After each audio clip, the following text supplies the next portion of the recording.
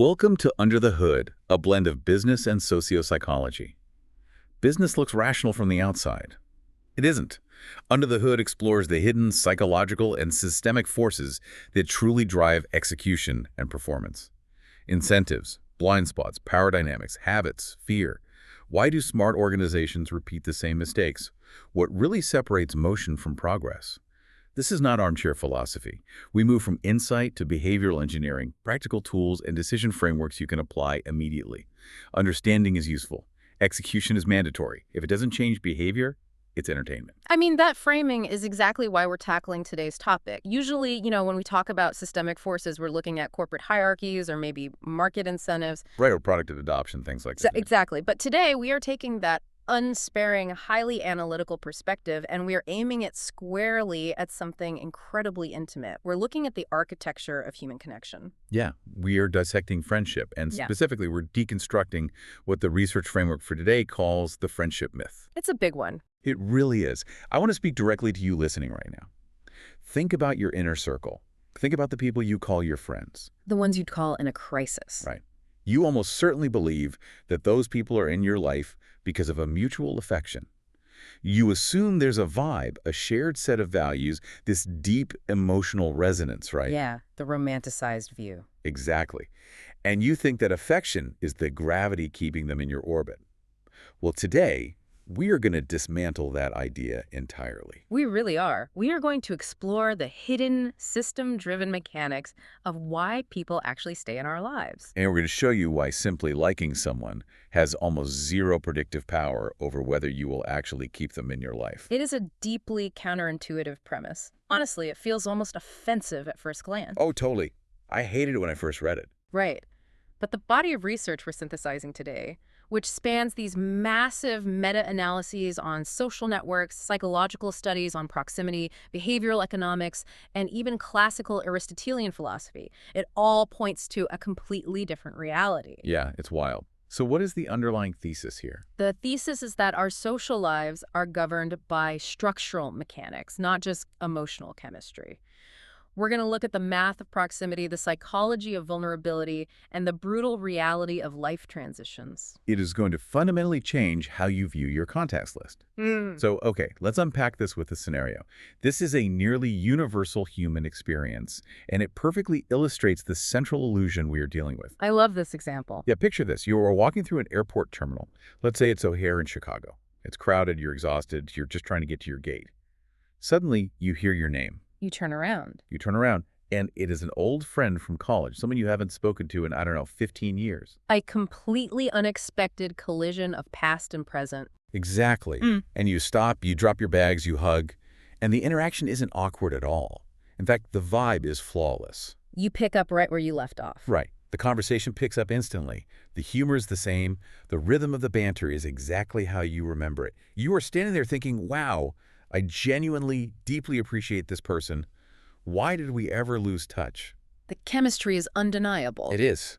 And as they call your boarding group, one of you says, hey, this is amazing. We absolutely have to get dinner. Let's not let another 15 years go by. And the other person says, absolutely, I will text you this week. We are making this happen. I'll text you. The three most dangerous words in the English language. You really are. Because what happens next? You go to your gate, they go to theirs. And then crickets. Complete silence. Weeks go by, months go by. You never get that dinner.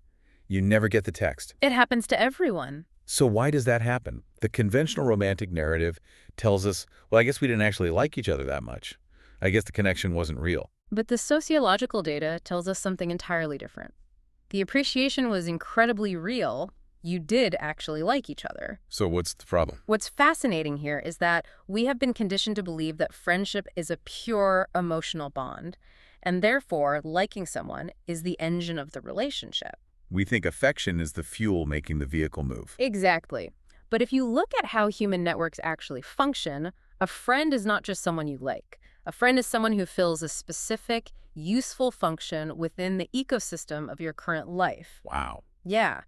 In that airport scenario, the appreciation was maxed out.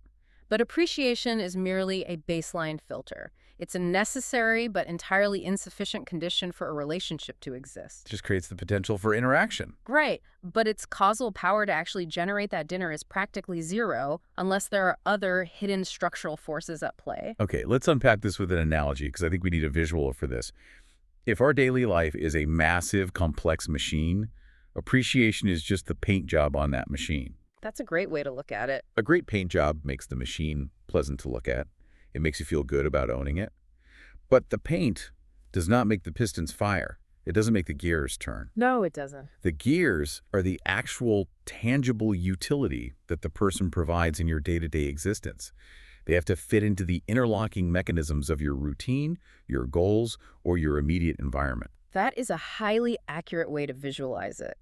If there is no structural necessity, no specific gear for them to turn in your life, the relationship has no momentum. The affection, the paint, just sits there, inert. Exactly. When you don't text that person from the airport, it is not a moral failing. It is not a betrayal of your shared history.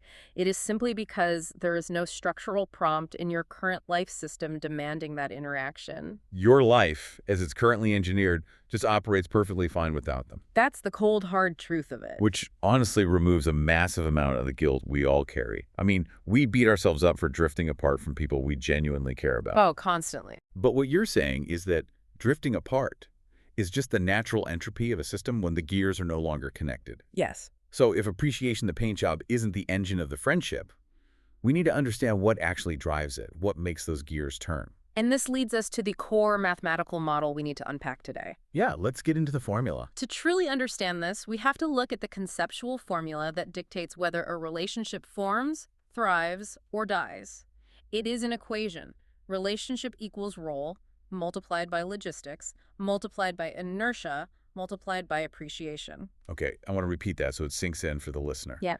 Relationship equals role times logistics times inertia times appreciation. That's the one. Now, before we break down what each of those four variables means, I need to make something explicitly clear to you listening.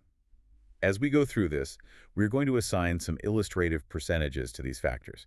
40% role, 35% logistics, 15% inertia, and 10% appreciation. Right. But there's a caveat. Exactly. But, and this is crucial, these are not real mathematical weights, and they may change depending on context, but they are here to exemplify and clarify the relative importance of each element, taking into consideration the scientific research and the reality we face every day. Spot on. It is a heuristic, a mental model designed to help us understand proportion and priority. And the most critical feature of this equation is that it is multiplicative, not additive. Wait, explain the difference there. Why does that matter? Because if it were additive, a high score in appreciation could theoretically make up for a zero in logistics. But in a multiplicative formula, if any single variable drops to absolute zero, the entire equation zeroes out. Oh, wow. So if one fails, the whole thing fails. Exactly. The relationship functionally ceases to exist in the present tense. Okay, let's dive into the heaviest weight first. Okay. Motor number one, role. At an illustrative 40%, this is the actual engine of the relationship. Yes, the core driver. But what do we mean when we say someone has a role in our lives? Because when I hear that, I immediately think of a job description, which feels very, I don't know, sterile. I feel sterile, yeah, but it is deeply accurate. A role is what a person brings to your life system. It is what they give you access to, what they help you process, or what they make possible for you. Okay, could you give me some examples of these roles? Sure, we can break this down into several subcategories to show how nuanced it really is. First, there are logistical roles. These are your coworkers, your neighbors, the other parents at your child's daycare. Their utility is purely contextual. Right, you need them to navigate that specific space. Second, there are emotional roles. This is the deep confidant you call when your marriage is struggling or you're facing an existential crisis. Their utility is psychological regulation. Okay, so essentially a therapist you don't pay. Essentially, yes. Then we have functional roles. These are people who provide access to tangible help or opportunities, like the friend who knows everyone in your industry and gets your resume to the top of the pile. A connector. Right. Fourth, we have status roles. These are relationships that relate to your image, your networking, or your sense of belonging to a specific social strata. People who make you look good. Yeah, exactly. And finally, there are identity roles. These are the people who hold the memory of your past. They ensure the continuity of your personal narrative. You keep them around because they are the only ones who remember who you were before you became who you are. Okay, let's make this highly concrete. Let's invent a guy. We'll call him Dave. Okay, let's talk about Dave. Dave is my Tuesday night paddle tennis partner. Hmm. Or maybe he's my gym buddy. Or a specific coworker I eat lunch with every Wednesday. I see Dave every week. We have a fantastic vibe. The appreciation is high. High appreciation. We Yeah. joke around. I know all about his kids. He knows about my career anxieties. If you ask me, I would say, yeah, Dave is a good friend. Naturally. But then I tear my meniscus. I have to quit paddle tennis entirely. Or I change jobs and move to a different office park. What happens to Dave? The relationship vanishes. The- And it usually vanishes with shocking speed. But why? I like Dave. Dave liked me. We knew about each other's lives. Because the foundational necessity of the connection, the role, was partner for this specific physical activity or co-navigator of this specific corporate environment. The gear was removed. Exactly. Once that activity or environment is gone, the necessity drops to zero. Dave's role in your life system has been eliminated. You might text once or twice saying, hey, we should grab a beer, but referring back to our airport scenario, the dinner never happens. The affection was real, but the role was the engine. When the engine is removed, the car stops moving. It's just mechanical at that point. I feel like everyone listening right now just pictured their own version of Dave. The work bestie they swore they'd stay in touch with but haven't spoken to in 3 years. Oh, absolutely. And there is hard empirical science backing this up. Let's hear it. There was a fascinating 2022 study by evolutionary psychologists Apostolou and Vieth. They looked specifically at why friendships end. They surveyed hundreds of people, analyzing the root causes of relationship dissolution. What did they find? They found that the #1 cause above arguments, above betrayal, above geographical distance, was the lack of mutual utility. When we stop being useful to each other's life systems, the friendship dissolves. It sounds incredibly harsh when phrased as mutual utility. It does, but from an evolutionary standpoint, human beings are resource-conscious creatures. Time and emotional energy are finite resources. We unconsciously allocate those resources to relationships that help us navigate our current environment. So when the environment changes, our resource allocation changes. Yes, it is a biological and sociological mechanism. Which brings us to the second motor in the equation. Logistics. We have this weighted at an illustrative 35%. If role is the engine, logistics is the ignition switch. It's the trigger. Yes, exactly. We were talking about frequency, physical proximity, and low friction. Yeah. How easy is it, physically and chronologically, to see this person? Logistics might be the most powerful, invisible hand in our entire social existence. We like to believe we choose our friends based on deep spiritual or intellectual alignment. The data suggests we actually choose them based on spatial geography. This is where my mind was completely blown.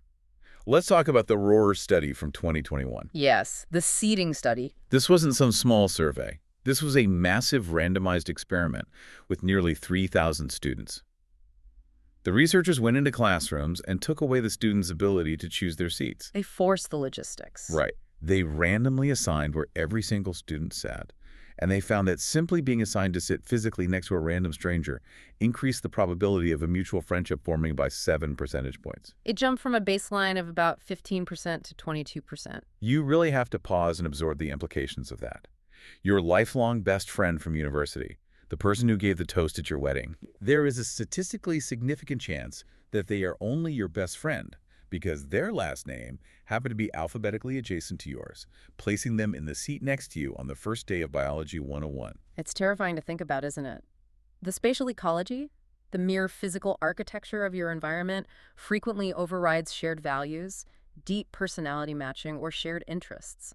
Logistics dictate interaction, and interaction breeds familiarity. It's the mere exposure effect on steroids.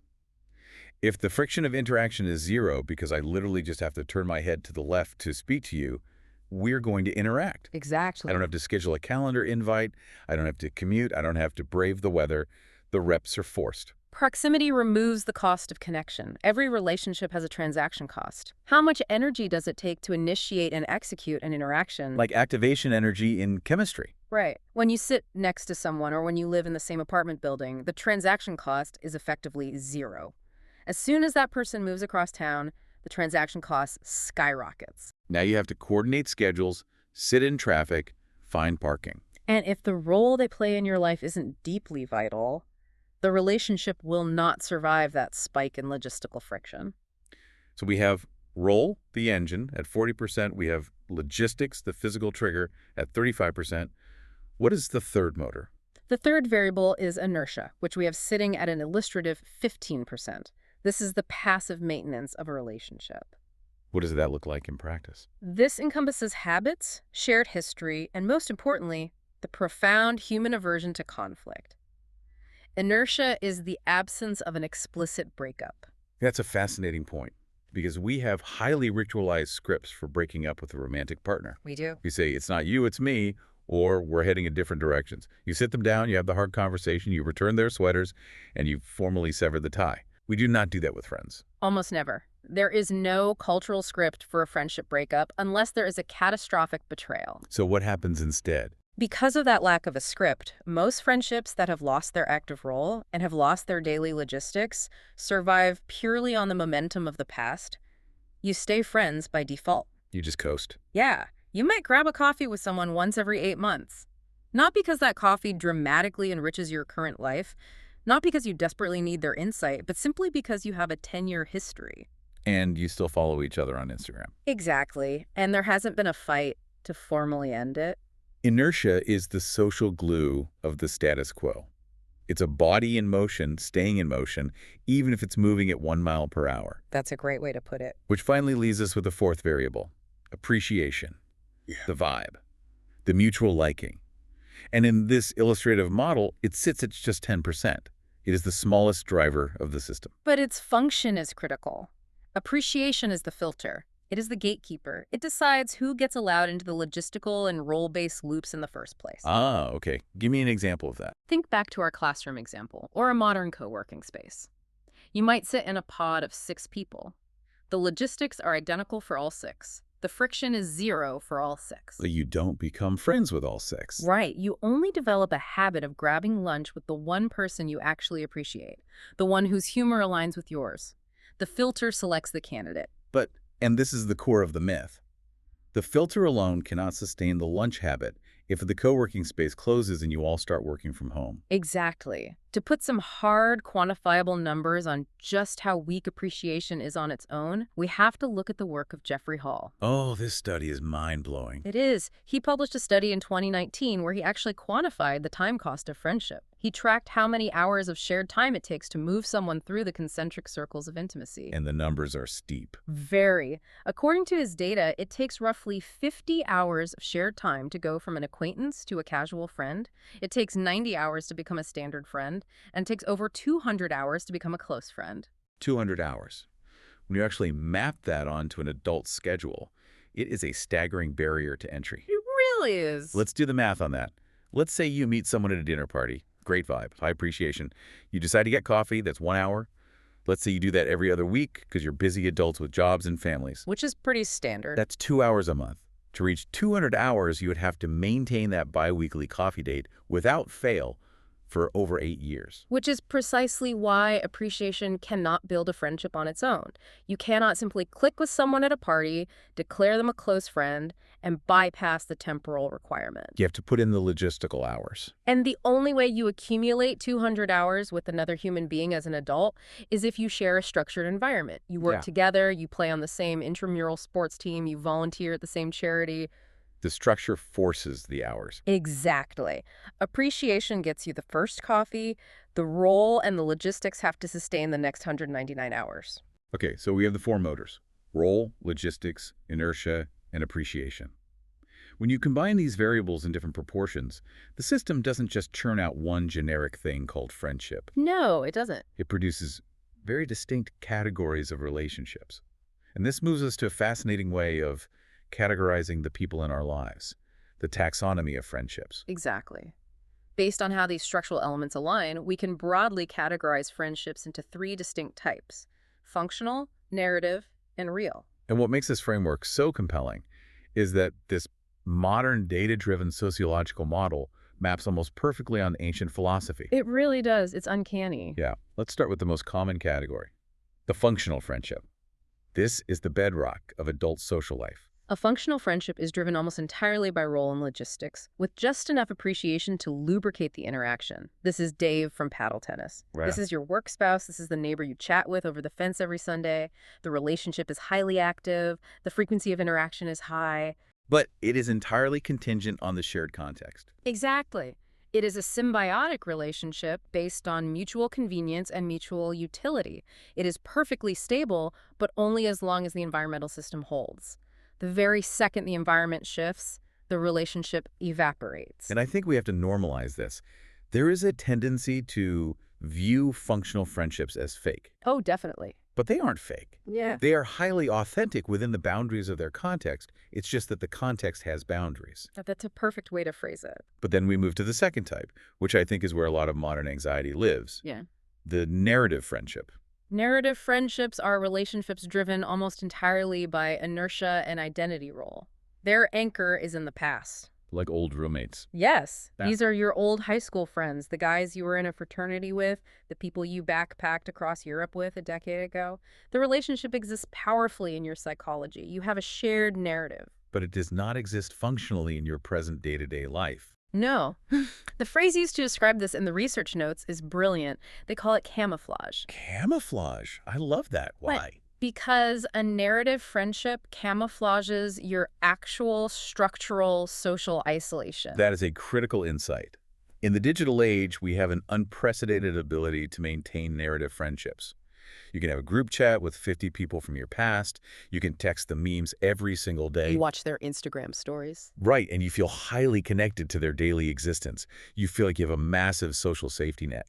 But if your car breaks down on a Tuesday night in the rain, or you need someone to help you move a couch up 3 flights of stairs, that group chat is functionally useless. You are isolated, but the digital narrative masks the isolation. You share a story. We've been best friends since middle school, but there is no active role and no current logistical proximity. Which brings us to the third type, the white whale of human connection, the real friendship. The rarest of them all. The real friendship is the anomaly in the system. This is the relationship that defies the equation. It is the bond that survives the loss of an active role and survives the collapse of logistics. It does not depend on an external gain, mutual utility, or a shared context. Exactly. If you change jobs, if you move to a different continent, if you lose your money and your status, this person still calls. They don't need you to be useful. They just need you to be you. It's the ideal we all strive for. But as the research points out, these are statistically incredibly rare. They take years, often decades, of sustained interaction and shared adversity to build. They do. Now, you mentioned earlier that this highly modern framework has ancient roots. I want to pull that thread because when I saw the name Aristotle in the notes, I did a double take. I did not peg a guy in a toga from 350 BC as a pioneer of network theory. He was the original systems thinker. Over 2 millennia ago in the Nicomachean Ethics, Aristotle categorized human relationships to 3 exact buckets. Who were they? He called them friendships of utility, friendships of pleasure, and friendships of virtue. And the mapping is almost one-to-one. Aristotle's friendships of utility are functional friendships. They exist for mutual benefit, like trade partners or political allies. Makes sense. His friendships of pleasure map to relationships based purely on logistics and appreciation, people you enjoy playing sports with or drinking wine with. And what did he say about them? He explicitly warned his students that friendships of utility and pleasure are inherently fragile. He wrote that these friendships are easily dissolved because the moment the mutual benefit or the shared pleasure ends, the friendship ceases to exist. Wow. He wasn't judging it. He was just stating a mechanical fact of human nature. The only stable bond, in his view, was the friendship of virtue, which corresponds perfectly to our real friendship.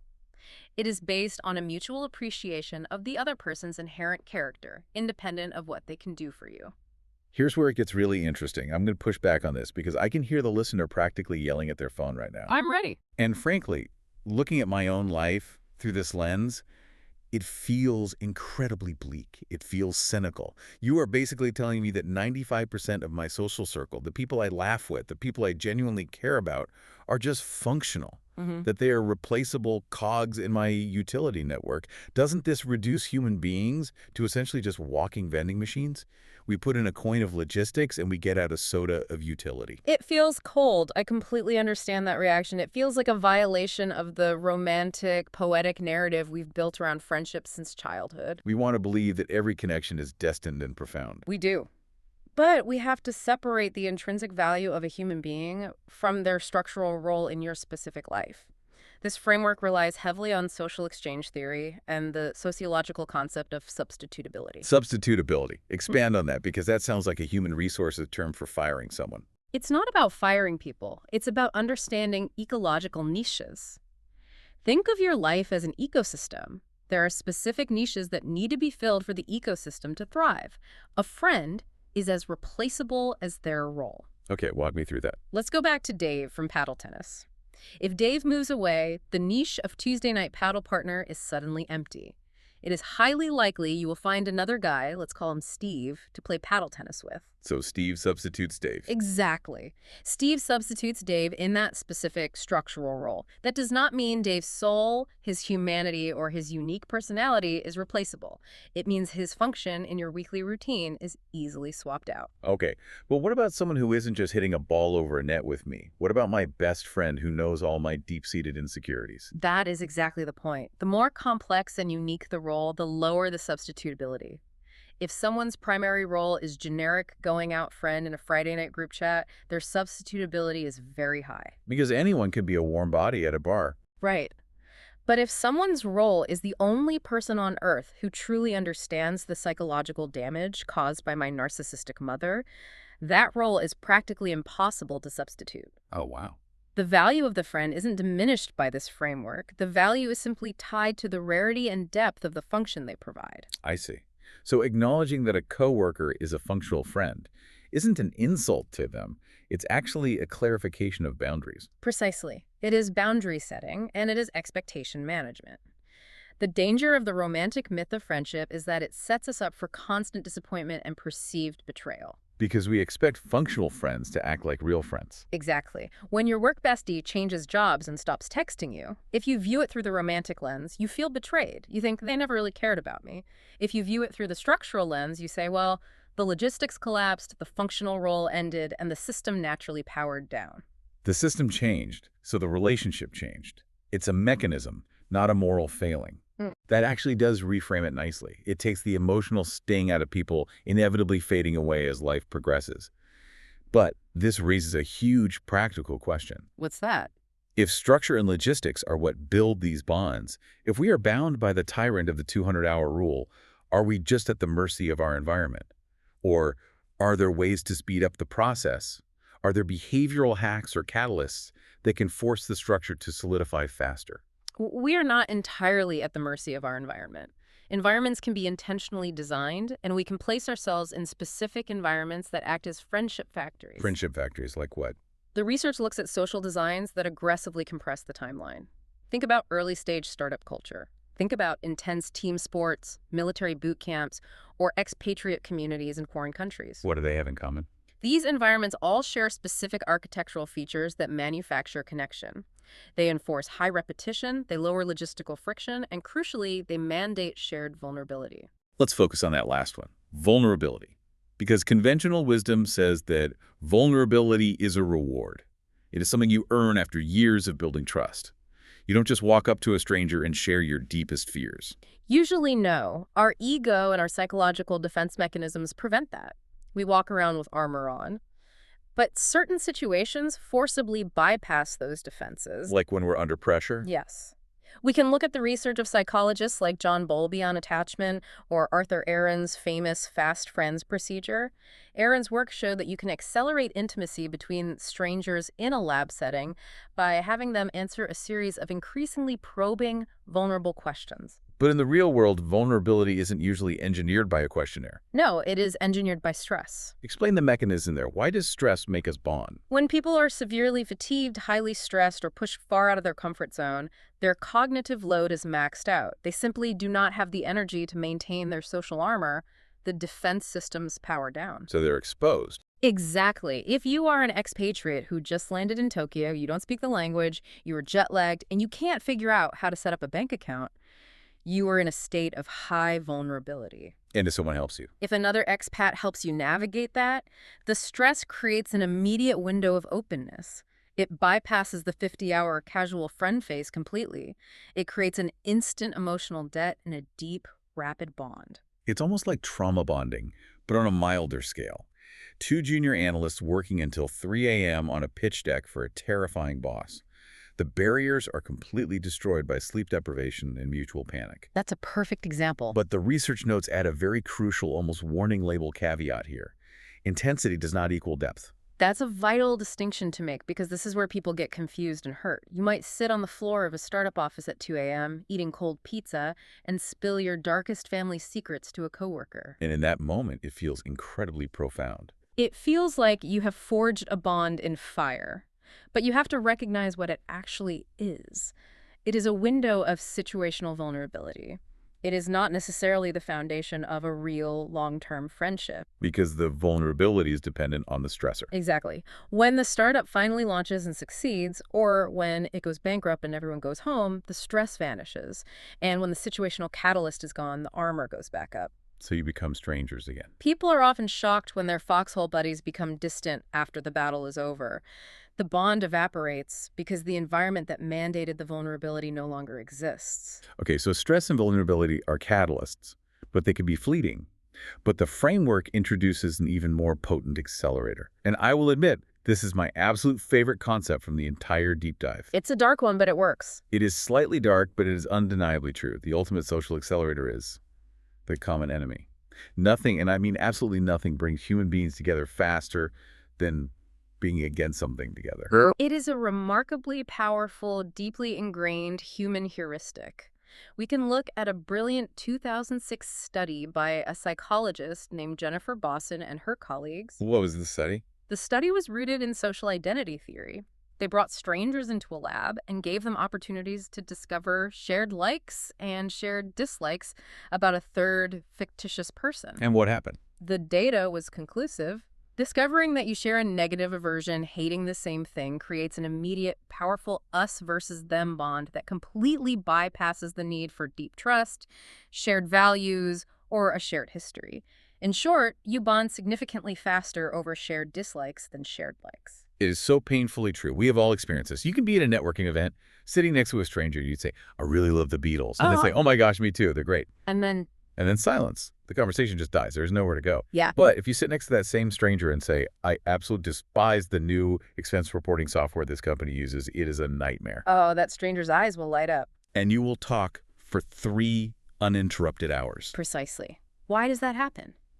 Because a shared like is passive, but a shared dislike is active. It reduces social complexity instantly. It draws a clear boundary line. We are on the inside of the perimeter, and the thing we hate is on the outside. It provides immediate mutual validation of your worldview. It does. But to truly understand how to use this, the framework makes a brilliant and necessary distinction between two different types of common enemies, the concrete and the abstract. Right, let's break that down because the outcomes of these two enemies are vastly different. Let's start with the concrete enemy. This is your classic toxic boss, the micromanaging middle manager, an impossibly demanding client, or even just a rival sports team. A concrete enemy generates a highly active, incredibly fast functional friendship. You survive the trenches together. You develop a shared language of complaints at the coffee machine. You text each other eye-roll emojis during endless Zoom meetings. Exactly. The utility of the friend is co-complainer and reality validator. But the flaw is obvious. It suffers from the exact same fragility as the startup trauma bond. What happens when the toxic boss finally quits? Or what happens if you get transferred to a different department? The relationship usually collapses instantly, because the foundational pillar of that friendship was the external target. When the target is removed, the architecture of the connection falls apart. You look at this person across the desk and realize, wow, we actually have absolutely nothing in common except our mutual hatred for Steve in HR. The concrete enemy produces highly potent but extremely fragile bonds. But then there's the abstract enemy. And this is where the concept elevates from water cooler gossip to actual ideological alignment.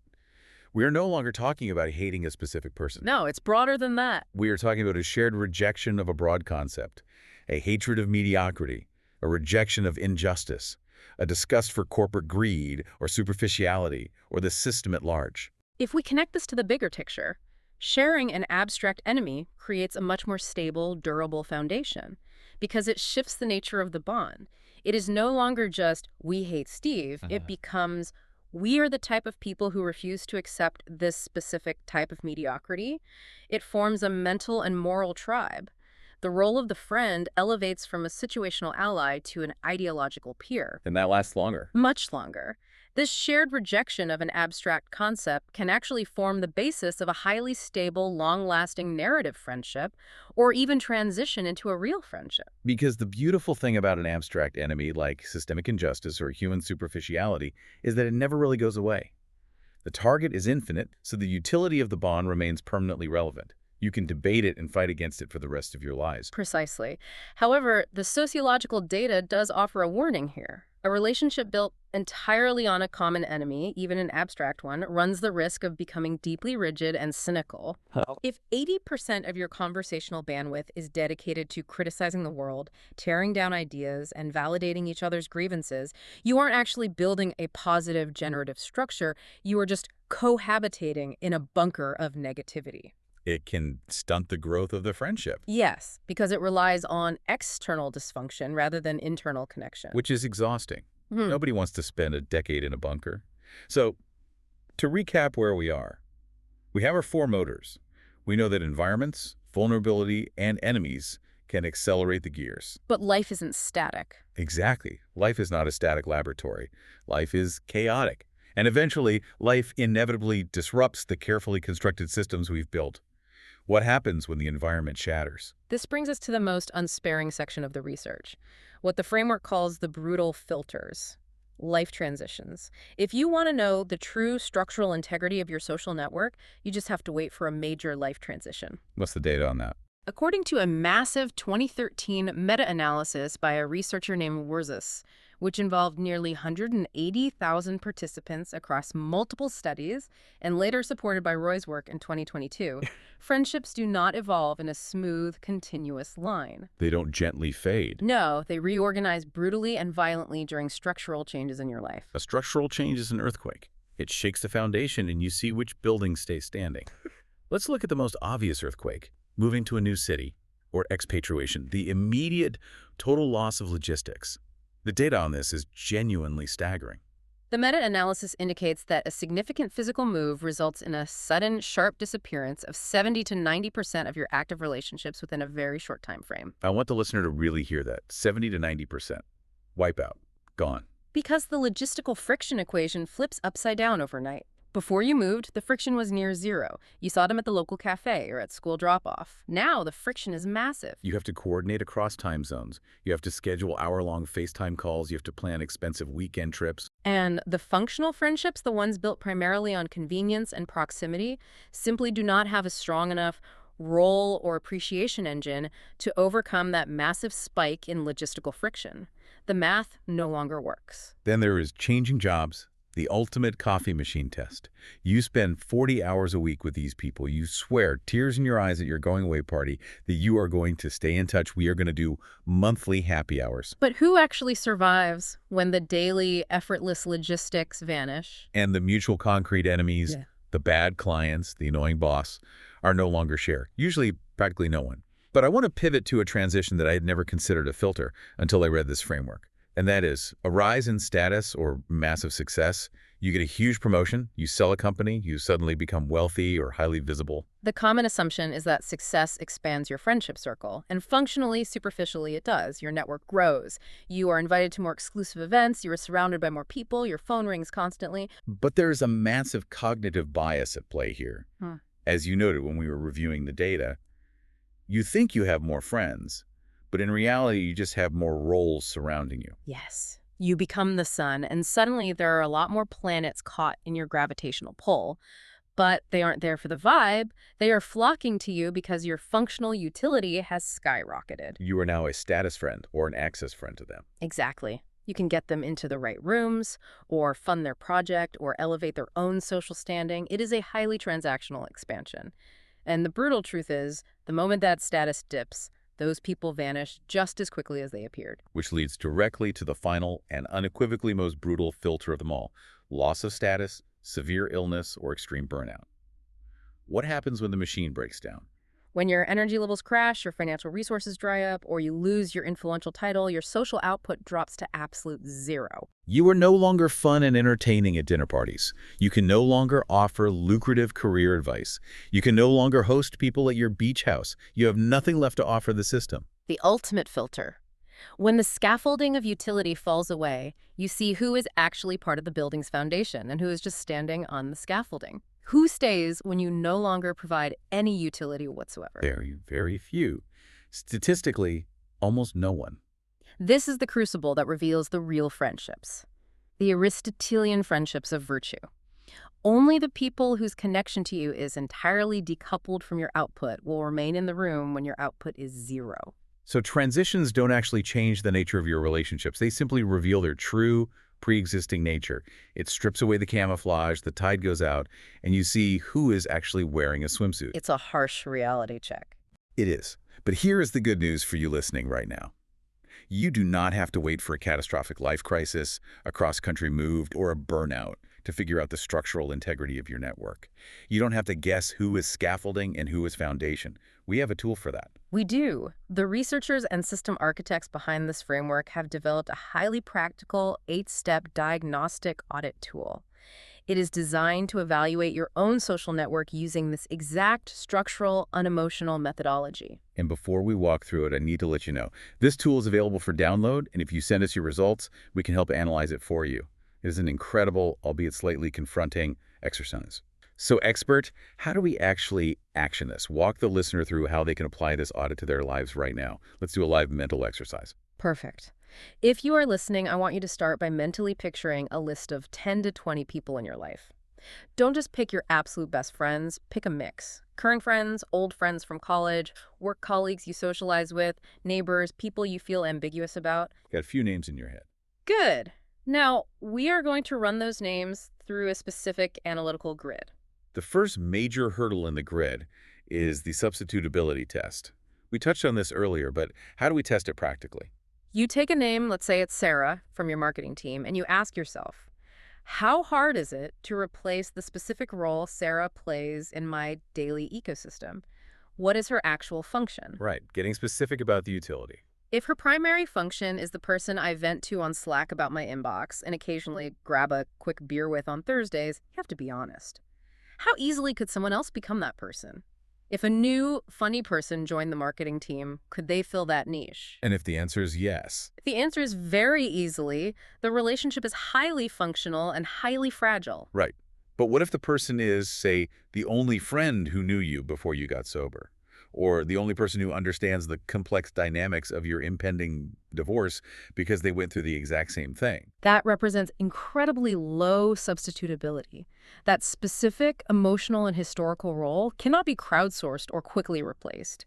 That indicates a much deeper, more structurally sound bond leaning toward a real friendship.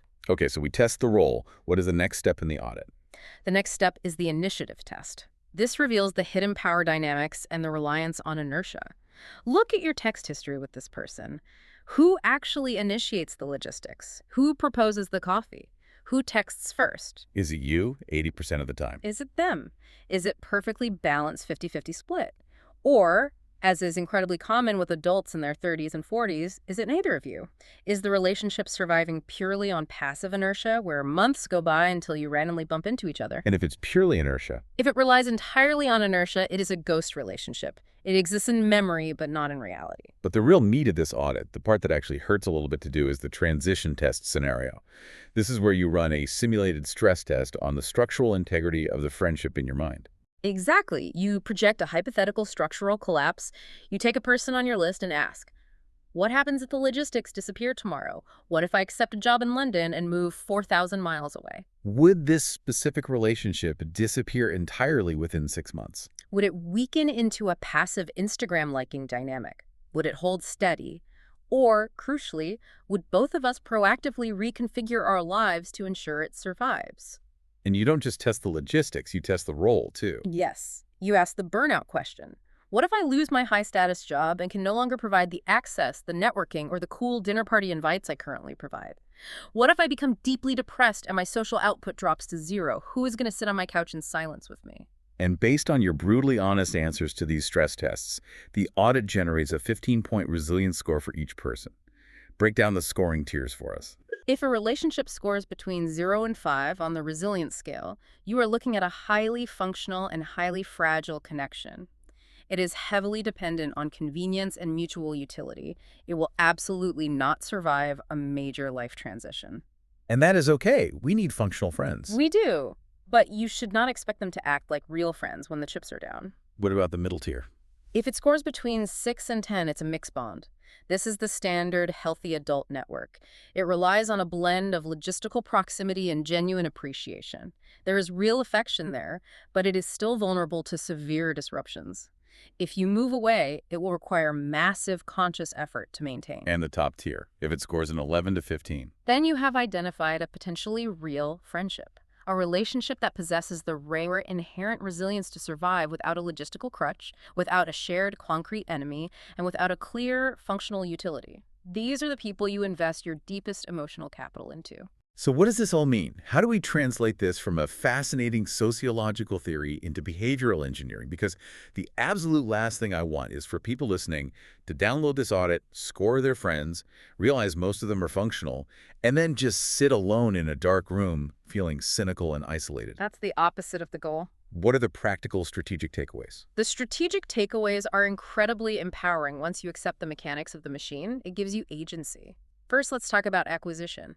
If you want new friends, you have to stop believing in the myth. Stop waiting for magical chemistry to strike you at a random cocktail party. You must change your environment to systematically force the equation. You must increase your exposure, lower the logistical friction to zero, and introduce mild shared vulnerability. You have to manufacture the logistics. You have to build a friendship factory.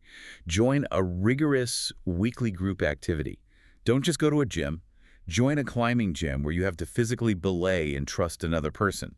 Sit in the exact same seat at the exact same coffee shop every single Tuesday and Thursday morning.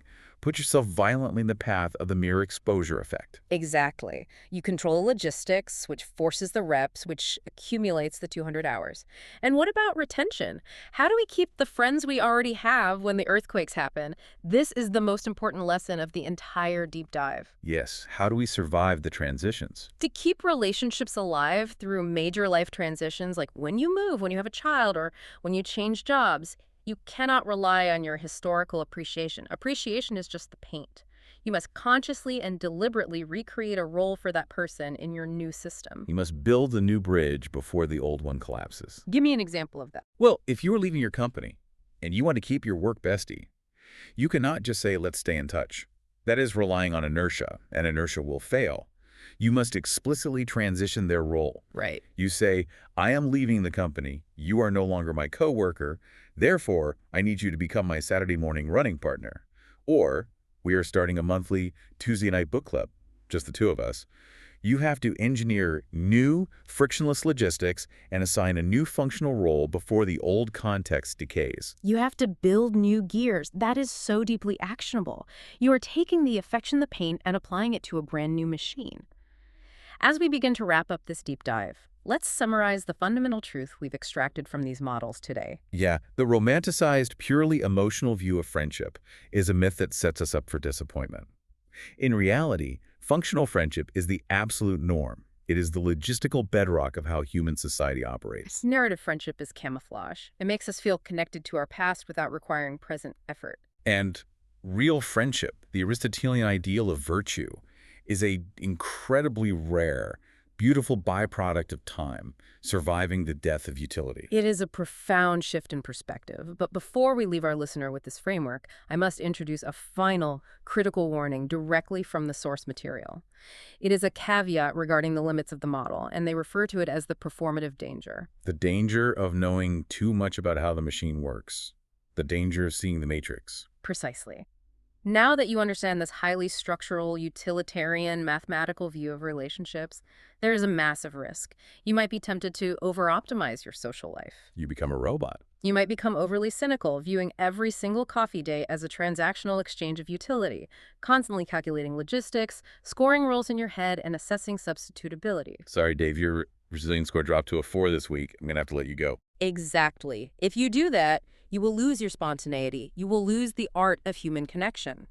You might prematurely kill off nascent, fragile connections that, given enough unpressured time, organic growth, and a little bit of grace, could have eventually blossomed into real, non-transactional friendships. The map is not the territory. This framework is a diagnostic tool, not a religious dogma.